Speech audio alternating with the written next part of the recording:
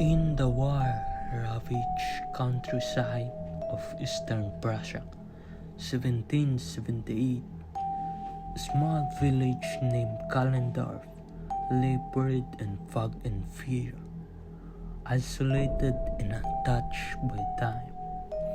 It was known for only one thing: the bell tower of Saint Verena, a centuries-old chapel that hadn't rung its bell in over 100 years. Legend said the bell was blessed by Verena herself, a local saint martyred during a pagan uprising. Her dying words were carved into the bell's ring: "Ring only in need, the dead must never lead." The villagers, fiercely devout and superstitious, passed the tale down through generations. If the bell ever rang without cause, it would awaken the ones who once knelt before Verena and betrayed her. But time wore on, and belief waned. Then came the great winter of 1778. A harsh frost swallowed the village. Crops failed, children starved, wolves came closer each night. Desperate in their madness, the new mayor, rich man, declared that the bell must be rung to summon divine mercy. The elders protested. "She warned us," they said. "You must not call them." But Ulrich ignored them. That night, as the blizzard howled, he climbed the narrow, crumbling stairs of the chapel.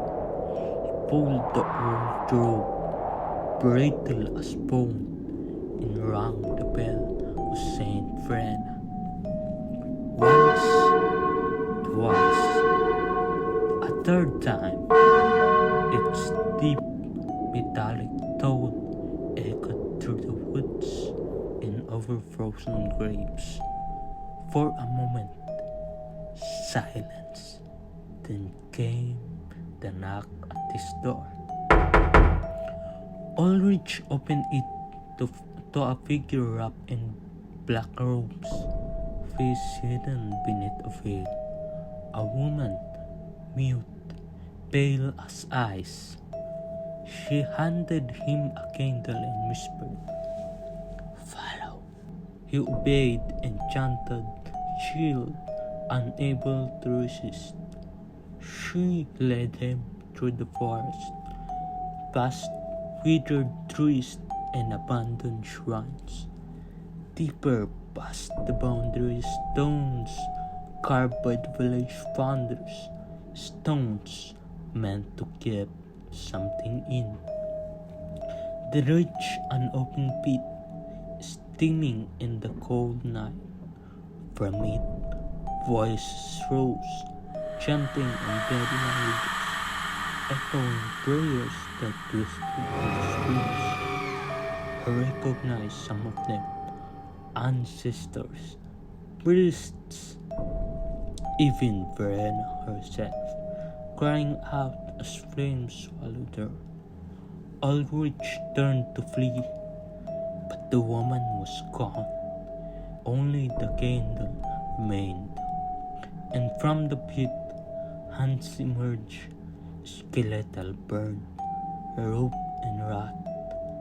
Not alive, not quite dead. The bell had rung, the pact was broken, and now they had been invited back. The village was never seen again. Snow buried the roots, and no traveler returned. But centuries later, a group of hikers stumbled upon an empty chapel tower in a clearing.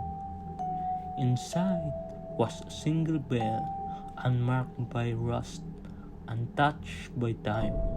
They rang it once in jest, and as the sound faded, The forest grew still. From beneath the snow, the wind began to whisper. The dead was never lit. In moments of desperation, we often reach for forgotten powers, but some echoes from the past were meant to remain buried. Not all help is holy, and not every silence should be broken.